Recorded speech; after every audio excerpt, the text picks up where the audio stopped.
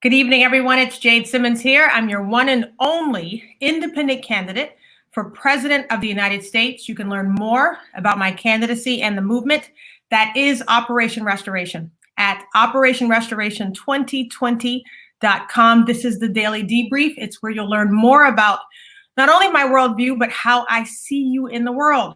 I keep saying, and I'll say it until you believe it, if you want to know how your leaders are going to lead, you simply look at how they have always lived. Tonight, we're going to be talking about something really important. We're talking about that unemployment rate that you keep hearing about in the news. As always, I try to tell you something you haven't heard before or you hadn't thought of yet. And I want to help you see things differently so that we can do the most American thing possible, which is to think independently, move independently, and also vote independently. No one side is entitled to your vote. You better be sure, especially coming out of COVID-19, when we're going to be in major need of recovery and restoration, that you know how your next leader truly feels about you, and you know what they have in store for you in terms of their plans and their purposes, as well as their intent and their motivation. So we're going to be talking about the unemployment rate. We're also going to be talking about what they're not talking about, where that rate is concerned. You'll also hear some of my plans in terms of what do we do after COVID, where the economy is concerned. I always promise, though, that we'll start out with a bit of good news. And I usually give you good news based on awesome stuff that's happening in the States. But I think it's also important, crucially important, that we keep our eyes on what's going on around the world. You heard me say a couple weeks ago now, when we were outraged at how some Chinese Americans, Asian Americans were being treated. We were using words like racism and xenophobia.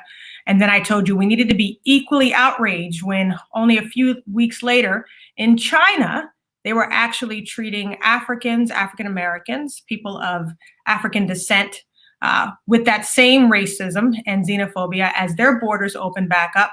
And when Black people were there, they were discriminating against them, even as far as not only kicking them out of restaurants and clubs, but failing to renew their apartment leases. So if we're going to be outraged one day, we need to be outraged the next.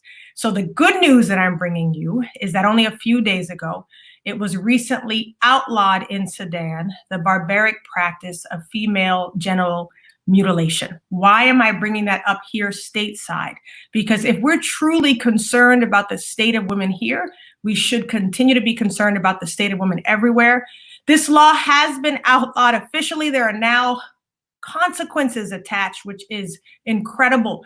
It is a major move, but you must also know it's not the only thing that has to be done. It will take a while for this law to go just from being a law on the books to something that's actually practiced in society, or really outlawed in society.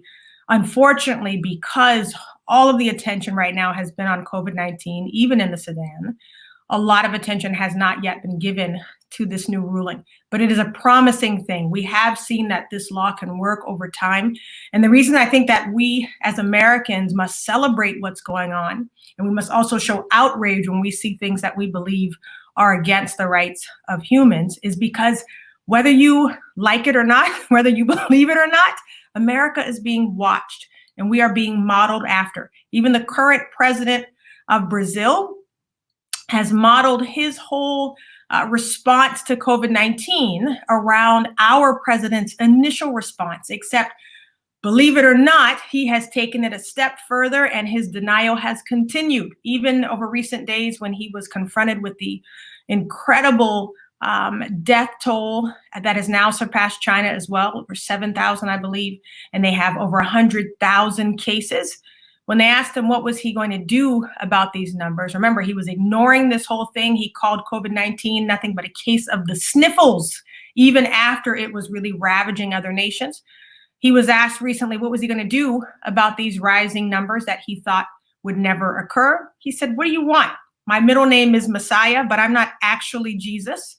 And he said, I can't make miracles. And of course, his people are saying, we don't want miracles. We just want you to make sure we have tests, make sure our healthcare workers are covered and equipped. So it's always worse somewhere else. But I bring that up to say that he very proudly models himself after our president. And what do I say that for? I say that because it shows that whoever we have at the top stands to be a beacon of light. They stand to be salt of the earth if they so wish to be. So since people are watching, we should do something worth modeling.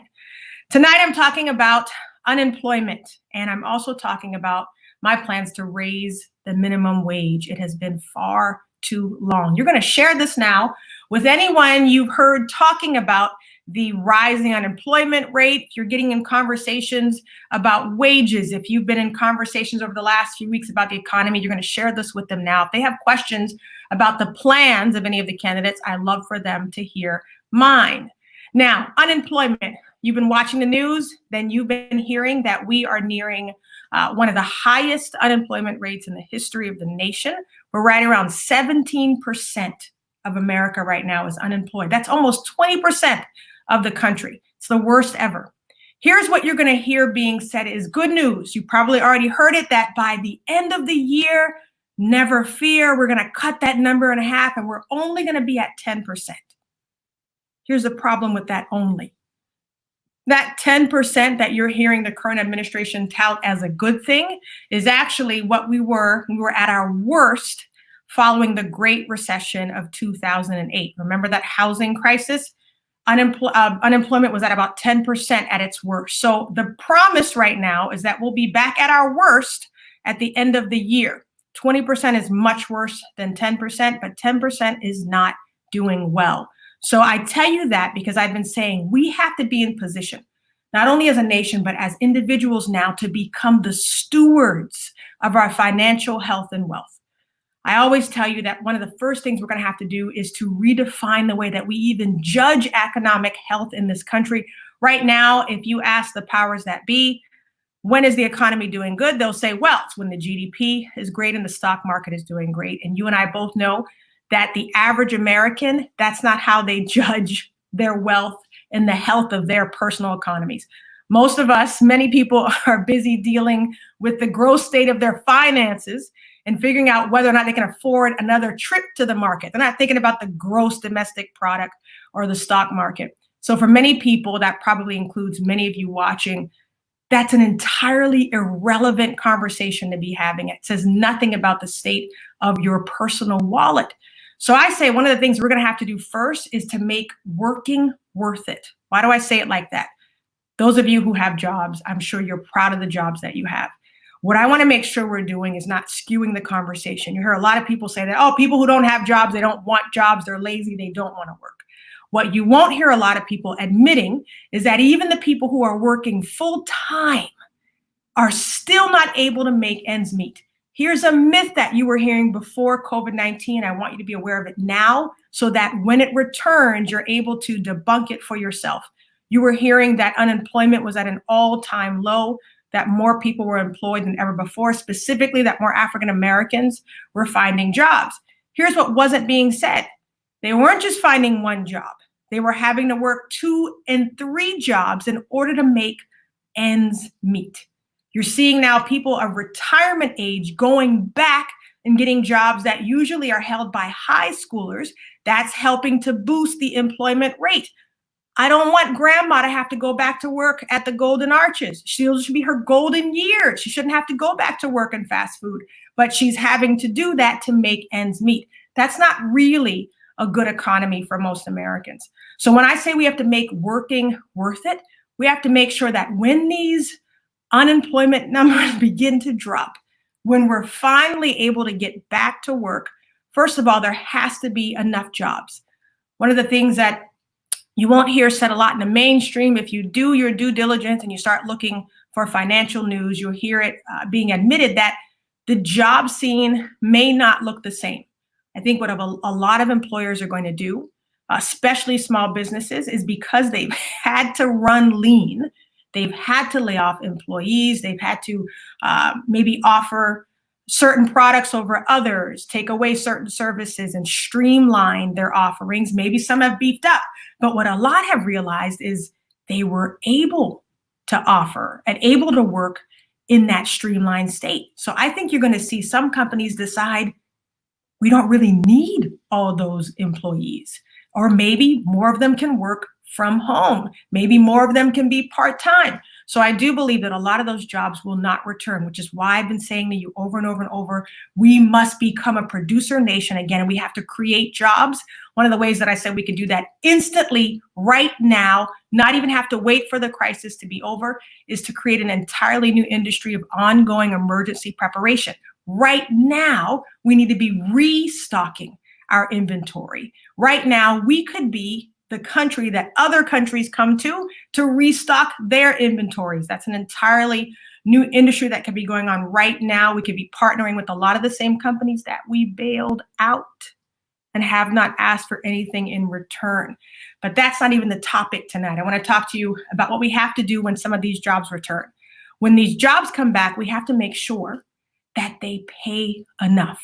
If you're going to make working worth it, that means that somebody can go to one job, and that one paycheck can pay their bills. So that means that we want your pay to be able to count towards bettering your life right now. If you're going to do that, the first thing that I would pledge to do is to work to raise the federal minimum wage. Right now, the federal minimum wage is $7.25 an hour. Well, let that sink in. $7.25 an hour is the federal minimum wage. If you don't know the difference between the federal and the state, what that means is the federal sets the bar, and then the states have to comply in the sense that the lowest they can offer is whatever the federal rate is. The good news is right now, most states pay above $7.25. Thank God. But we have to admit that that federal bar is too low. If we raise the national bar, then even states, there are at least 5 states, Alabama, Louisiana, South Carolina, Tennessee, and Mississippi. All 5 of those don't even have minimum wage laws on the books. So as soon as you raise that minimum wage, we're going to raise just the federal minimum wage now to $10 immediately. Imagine that, $10 immediately. What that means is instantly 16 states that are currently right at the $7.25 level would have an increase immediately. 13 states who are right under $10, and some are even more than $1 below $10 would be at 10. Now, we don't stop there because that's too easy. We have to go from that $10 all the way to $15 by 2024. If this sounds familiar, it's because Congress has been promising to do it for a while now.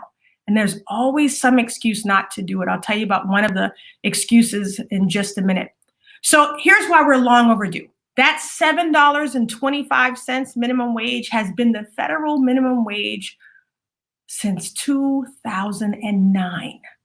It has not gone up. So most states, like I said, pay more than that, but because the bar is so low, many states can hover right around that amount. Here's the thing though, since 2009, I don't know if you've been keeping track, everything else has gone up in price. Have you looked at the cost of water? It's gone from $1.94 to $2.48. Average cost of bread from $1.77 to $2.08. That's from since 2009. Gas, we know, has been at its highest over $4. Yet the minimum wage has stayed at $7.25. If you wanted to buy a car back in 2009, it would cost you on average about $23,000. Wanted to buy that same car today, about $38,000. But the minimum wage has stayed the same. How about a home? You want a home? A home back in 2008, 2009, about $208,000 was the average cost.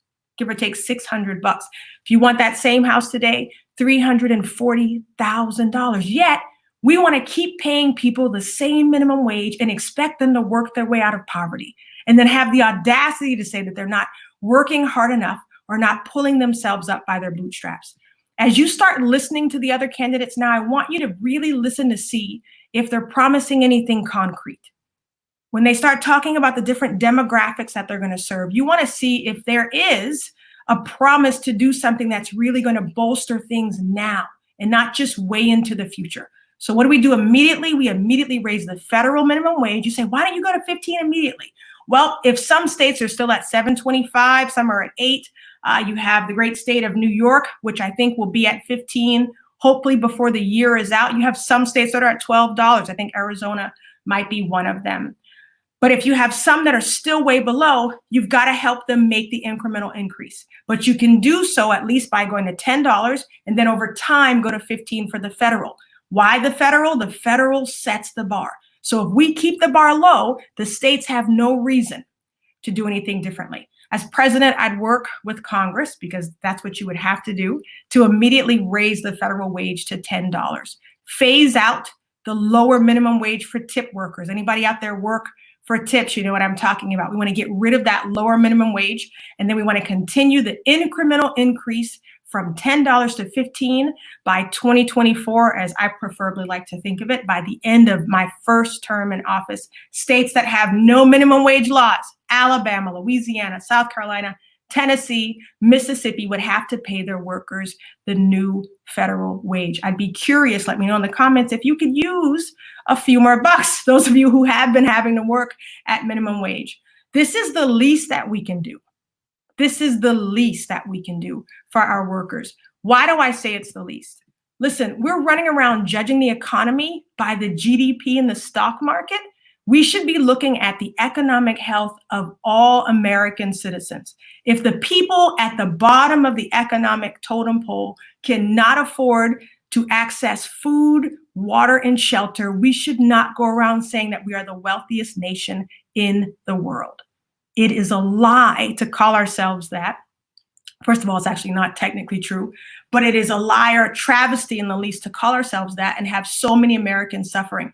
You've got almost 38, 39 million Americans living below the poverty line. And even those who are working still below the poverty line, if they slip up and get a promotion, slip up and work hard, right? Like we accuse them of not doing, and they actually work hard and get that promotion, the promotion costs them, because it usually bumps their salary up to being over the poverty line, which means that the government assistance that they actually needed to make ends meet gets taken away almost immediately. And then the very promotion that was supposed to help them move up causes them to go backwards. One step forward, two steps back.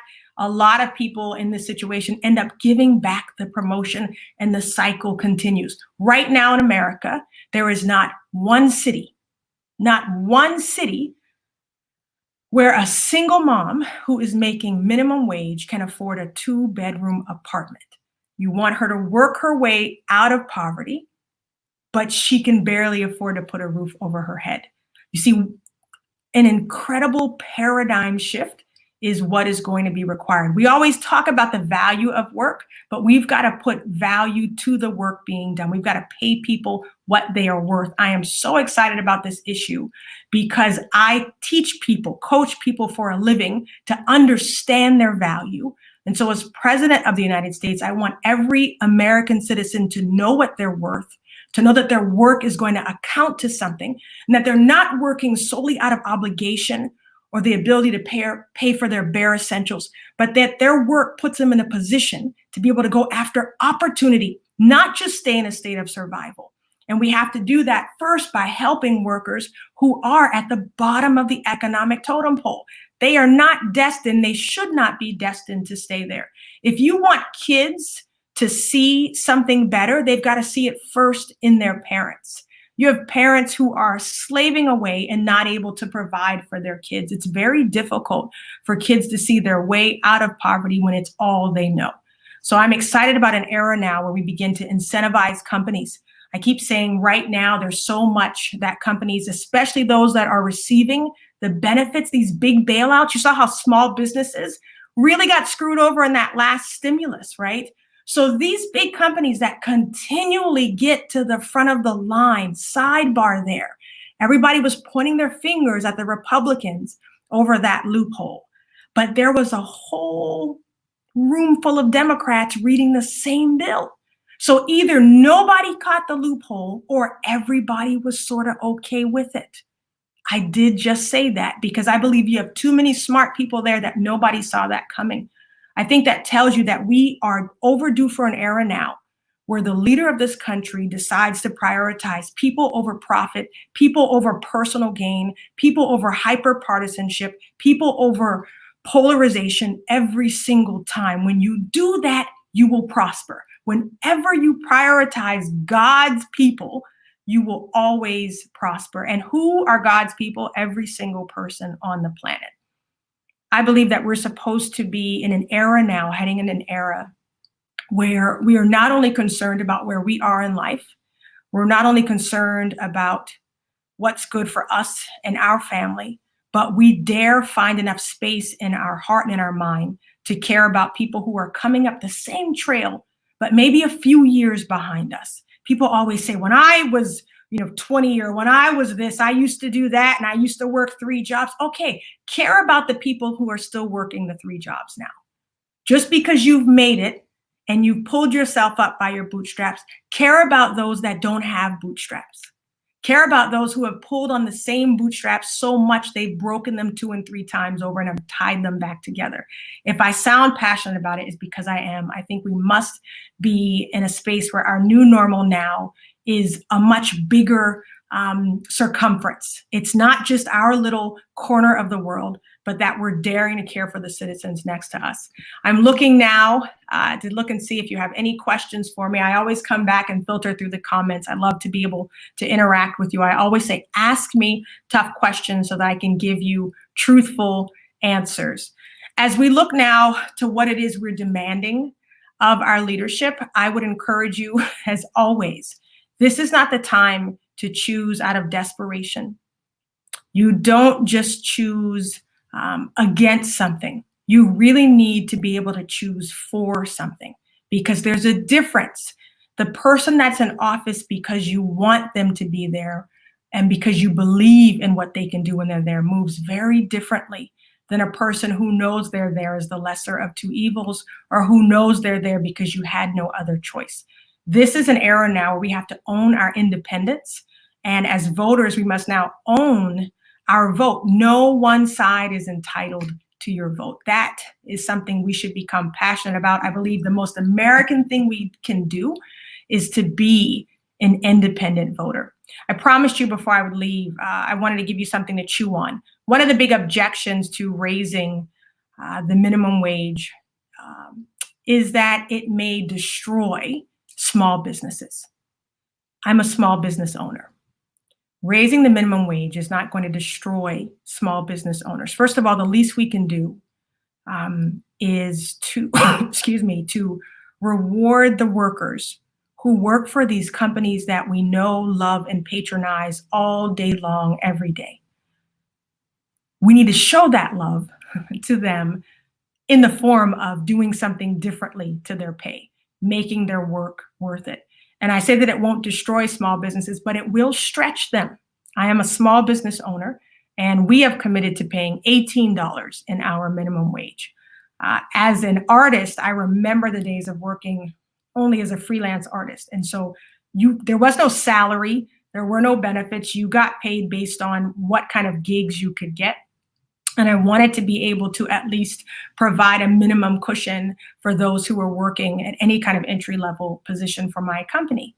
And it does stretch you. But I'll tell you what, when your employees see that you are stretching on their behalf, what they give to you is priceless. The commitment they give to you is priceless. I think a lot of times behavior must be incentivized, for better or for worse. You can have an opinion on it, but it does work. And I think we as a nation, we as an administration will have to do really well at incentivizing what we're asking.